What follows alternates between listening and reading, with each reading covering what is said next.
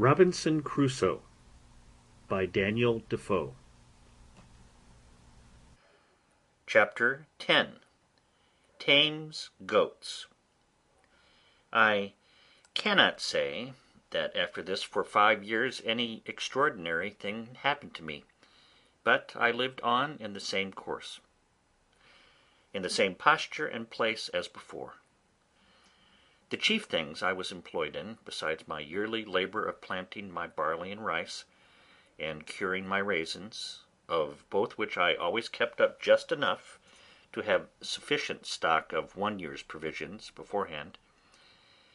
I say, besides this yearly labour, and my daily pursuit of going out with my gun, I had one labour, to make a canoe, which at last I finished, so that by digging a canal to it of 6 feet wide and 4 feet deep, I brought it into the creek almost half a mile. As for the first, which was so vastly big, for I made it without considering beforehand, as I ought to have done, how I should be able to launch it, never being able to bring it to the water, or bring the water to it, I was obliged to let it lie where it was as a memorandum to teach me to be wiser the next time. Indeed, the next time, though I could not get a proper tree for it, and was in a place where I could not get the water to it at any less distance than, as I have said, near half a mile, yet, as I saw it was practicable at last, I never gave it over, and though I was near 2 years about it, yet I never grudged my labour, in hopes of having a boat to go off to sea at last. However, though my little periagua was finished, yet the size of it was not at all answerable to the design which I had in view when I made the first. I mean of venturing over to the terra firma, where it was above 40 miles broad. Accordingly, the smallest of my boat assisted to put an end to that design, and now I thought no more of it. As I had a boat, my next design was to make a cruise round the island, for as I had been on the other side in one place, crossing, as I have already described it, over the land, so the discoveries I made in that little journey made me very eager to see other parts of the coast. And now I had a boat, I thought of nothing but sailing round the island. For this purpose, that I might do everything with discretion and consideration, I fitted up a little mast in my boat, and made a sail too out of some of the pieces of the ship's sails, which lay in store, and of which I had a great stock by me. Having fitted my mast and sail, and tried the boat, I found she would sail very well. Then I made little lockers or boxes at each end of my boat, to put provisions, necessaries, ammunition, etc., into, to be kept dry either from rain or the spray of the sea, and a little long hollow place I cut in the inside of the boat, where I could lay my gun, making a flap to hang down over it to keep it dry. I fixed my umbrella also in the step at the stern, like a mast, to stand over my head and keep the heat of the sun off me, like an awning, and thus I took every now and then a little voyage upon the sea, but never went out far, not far from the little creek. At last, being eager to view the circumference of my little kingdom, I resolved upon my cruise, and accordingly I victualled my ship for the voyage, putting in 2 dozen of loaves, cakes I should call them, of barley bread, an earthen pot full of parched rice, a food I ate a good deal of, a little bottle of rum, half a goat, and powder and shot for killing more, and 2 large watch of those which, as I mentioned before, I had saved out of the seamen's chests. These I took, one to lie upon, and the other to cover me in the night. It was the 6th of November in the 6th year of my reign, or my captivity, which you please, that I set out on this voyage, and I found it much longer than I expected, for Though the island itself was not very large, yet when I came to the east side of it, I found a great ledge of rocks lie out about 2 leagues into the sea, some above water, some under it, and beyond that a shoal of sand, lying dry 1/2 league more, so that I was obliged to go a great way out to sea to double the point. When I first discovered them, I was going to give over my enterprise and come back again, not knowing how far it might oblige me to go out to sea, and above all, doubting how I should get back again. So I came to an anchor, for I had made a kind of an anchor with a piece of a broken grappling which I got out of the ship. Having secured my boat, I took my gun and went on shore, climbing up a hill, which seemed to overlook that point where I saw the full extent of it, and resolved to venture. In my viewing the sea from that hill where I stood, I perceived a strong, and indeed a most furious current, which ran to the east, and even came close to the point, and I took the more notice of it because I saw there might be some danger that when I came into it I might be carried out to sea by the strength of it, and not able to make the island again. And indeed, had I not got first upon this hill, I believe it would have been so, for there was the same current on the other side of the island, only that it set off at a further distance, and I saw there was a strong eddy under the shore, so I had nothing to do but to get out of the first current, and I should presently be in an eddy. I lay there, however, 2 days, because the wind blowing pretty fresh at east-southeast, and that being just contrary to the current, made a great breach of the sea upon the point, so that it was not safe for me to keep too close to the shore for the breach, nor to go too far off because of the stream. The 3rd day in the morning, the wind having abated overnight, the sea was calm, and I ventured. But I am a warning to all rash and ignorant pilots, for no sooner was I come to the point when I was not even my boat's length from the shore, but I found myself in a great depth of water, and a current like the sluice of a mill. It carried my boat along with it with such violence that all I could do could not keep her so much as on the edge of it. But I found it hurried me farther and farther out from the eddy, which was on my left hand. There was no wind stirring to help me, and all I could do with my paddles signified nothing, and now I began to give myself over for lost, for as the current was on both sides of the island, I knew in a few leagues' distance they must join again, and then I was irrevocably gone. Nor did I see any possibility of avoiding it, so that I had no prospect before me but of perishing, not by the sea, for that was calm enough, but of starving from hunger. I had indeed found a tortoise on the shore, as big almost as I could lift, and had tossed it into the boat, and I had a great jar of fresh water, that is to say, one of my earthen pots. But what was all this to being driven into the vast ocean, where, to be sure, there was no shore, no mainland or island, for 1,000 leagues at least? And now I saw how easy it was for the providence of God to make even the most miserable condition of mankind worse. Now I looked back upon my desolate, solitary island as the most pleasant place in the world, and all the happiness of my heart could wish for was to be there but once again. I stretched out my hands to it with eager wishes. "O happy desert," said I shall never see thee more. O miserable creature, whither am I going?" Then I reproached myself with my unthankful temper, and that I had repined at my solitary condition. And now what would I give to be on shore there again? Thus we shall never see the true state of our condition till it is illustrated to us by its contraries, nor know how to value what we enjoy, but by the want of it. It is scarcely possible to imagine the consternation I was now in,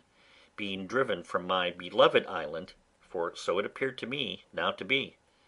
into the wide ocean, almost 2 leagues, and in the utmost despair of ever recovering it again. However, I worked hard till, indeed, my strength was almost exhausted, and kept my boat as much as to the northward, that is, towards the side of the current which the eddy lay on, as possibly I could. When about noon, as the sun passed the meridian, I thought I felt a little breeze of wind in my face, springing up from the south-southeast. This cheered my heart a little, and especially in about half an hour more it blew a pretty gentle gale. By this time I had got a frightful distance from the island, and had the least cloudy or hazy weather intervened, I had been undone another way too, for I had no compass on board, and should never have known how to have steered towards the island, if I had but once lost sight of it. But the weather continuing clear, I applied myself to get up my mast again and spread my sail, standing away to the north as much as possible to get out of the current. Just as I had set my mast and sail, and the boat began to stretch away, I saw, even by the clearness of the water, some alteration of the current was near, for where the current was so strong the water was foul, but perceiving the water clear, I found the current abate, and presently I found to the east, at about half a mile, a breach of the sea upon some rocks. These rocks, I found, caused the current to part again, and as the main stress of it ran away more southerly, leaving the rocks to the northeast, so the other returned by the repulse of the rocks, and made a strong eddy, which ran back again to the northwest with a very sharp stream. They who know what it is to have a reprieve brought to them upon the ladder, or to be rescued from thieves just going to murder them, or who have been in such extremities, may guess what my present surprise of joy was, and how gladly I put my boat into the stream of this eddy. And the wind also freshening, how gladly I spread my sail to it, running cheerfully before the wind, and with a strong tide or eddy underfoot. This eddy carried me about a league on my way back again directly towards the island, but about 2 leagues more to the northward than the current which carried me away at first, so that when I came near the island I found myself open to the northern shore of it, that is to say, the other end of the island, opposite to that which I went out from. When I had made something more than a league of way by the help of this current or eddy, I found it was spent, and served me no further. However, I found that being between 2 great currents, that is, that on the south side, which had hurried me away, and that on the north, which lay about a league on the other side, I say, between these two, in the wake of the island, I found the water at least still, and running no way, and having still a breeze of wind fair for me, I kept on steering directly for the island, though not making such fresh way as I did before. About 4 o'clock in the evening, being then within a league of the island, I found the point of the rocks which occasioned this disaster stretching out, as is described before, to the southward, and casting off the current more southerly, had, of course, made another eddy to the north, and this I found very strong, but not directly setting the way my course lay, which was due west, but almost full north. However, having a fresh gale, I stretched across this eddy, slanting north-west, and in about an hour came within about a mile of the shore, where, it being smooth water,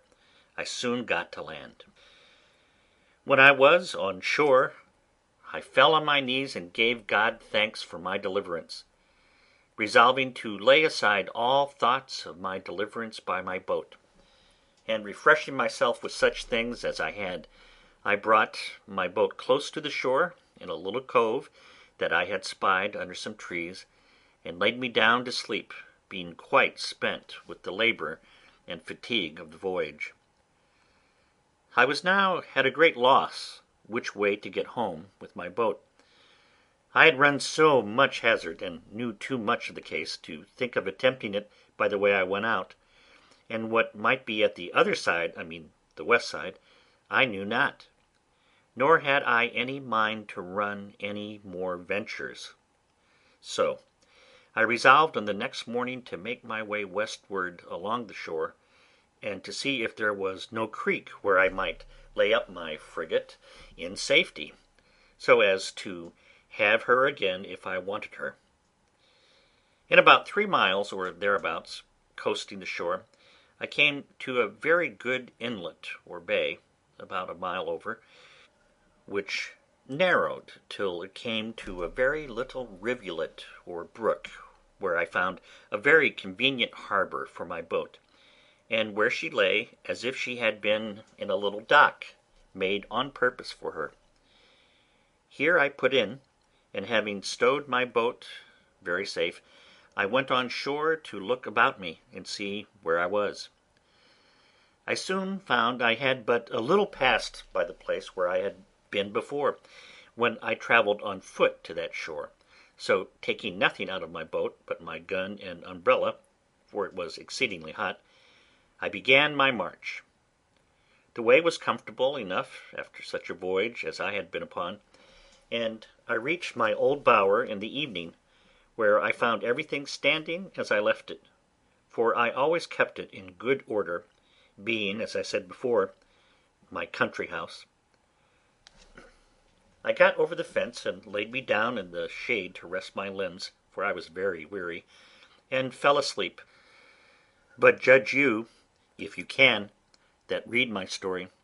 what a surprise I must be in when I was awaked out of my sleep by a voice calling me by my name several times. "Robin! Robin! Robin Crusoe! Poor Robin Crusoe! Where are you, Robin Crusoe? Where are you? Where have you been?" I was so dead asleep at first, being fatigued with rowing, or part of the day, and with walking the latter part, that I did not wake thoroughly, but dozing thought I dreamed that somebody spoke to me. But as the voice continued to repeat, "Robin Crusoe! Robin Crusoe!" at last I began to wake more perfectly,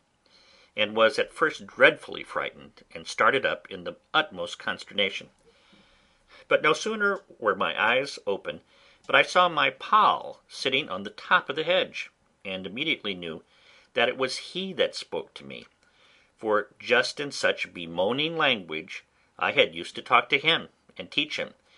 and he had learned it so perfectly that he could sit upon my finger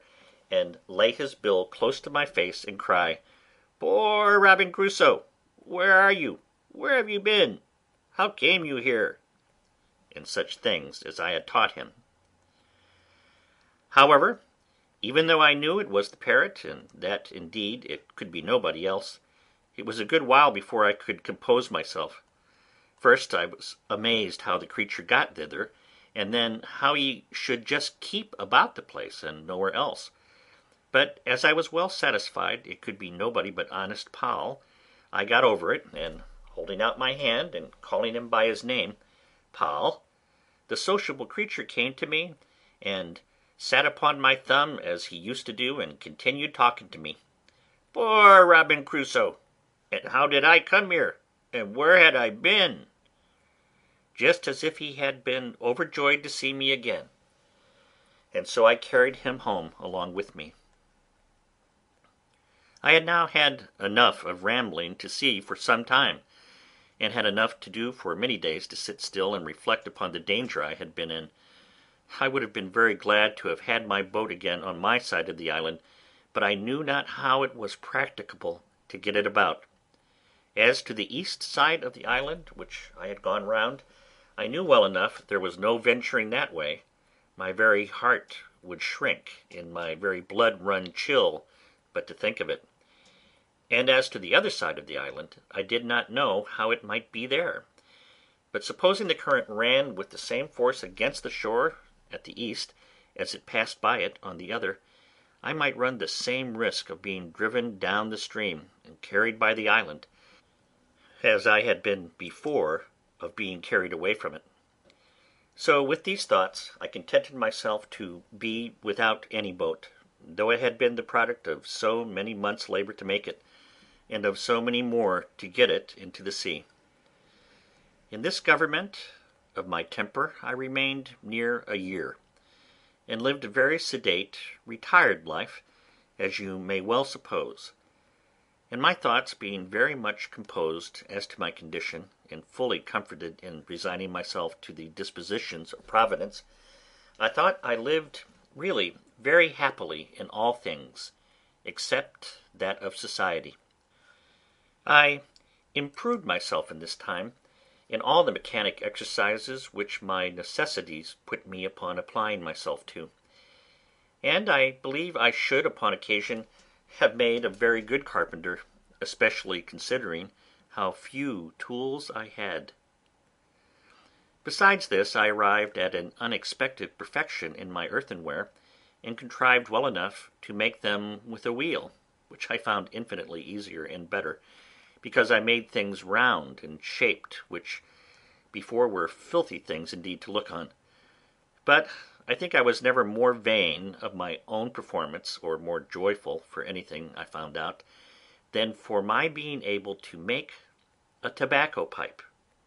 and though it was a very ugly, clumsy thing when it was done, and only burned red like other earthenware, yet as it was hard and firm, and would draw the smoke, I was exceedingly comforted with it; for I had been always used to smoke, and there were pipes in the ship, but I forgot them at first, not thinking there was tobacco in the island, and afterwards, when I searched the ship again, I could not come at any pipes. In my wicker ware also I improved much, and made abundance of necessary baskets, as well as my invention showed me; though not very handsome, yet they were such as were very handy and convenient for laying things up in, or fetching things home. For example, if I killed a goat abroad, I could hang it up in a tree, flay it, dress it, and cut it in pieces, and bring it home in a basket; and the like by a turtle. I could cut it up, take out the eggs and a piece or two of the flesh, which was enough for me, and bring them home in a basket, and leave the rest behind me.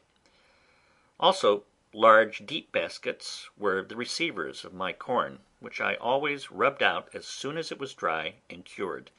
and kept it in great baskets. I began now to perceive my powder abated considerably. This was a want which it was impossible for me to supply, and I began seriously to consider what I must do when I should have no more powder, that is to say, how I should kill any goats. I had, as is observed in my 3rd year of being here, kept a kid and bred her up tame, and I was in hopes of getting a he-goat, but I could not by any means bring it to pass, till my kid grew an old goat; and as I could never find in my heart to kill her, she died at last of mere age.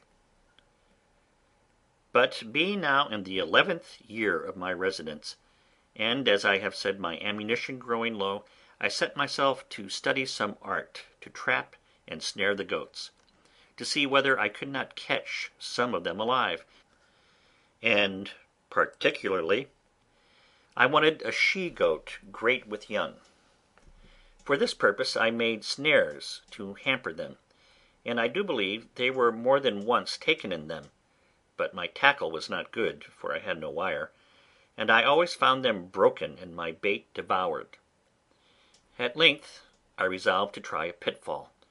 so I dug several large pits in the earth, in places where I had observed the goats used to feed, and over these pits I placed hurdles of my own making too, with a great weight upon them, and several times I put ears of barley and rice without setting the trap, and I could easily perceive the goats had gone in and eaten up the corn, for I could see the marks of their feet. At length I set 3 traps in one night, and going the next morning I found them all standing, and yet the bait eaten and gone. This was very discouraging. However, I altered my traps, and not to trouble you with particulars, going one morning to see my traps, I found in one of them a large old he-goat, and in one of the others 3 kids, a male and 2 females.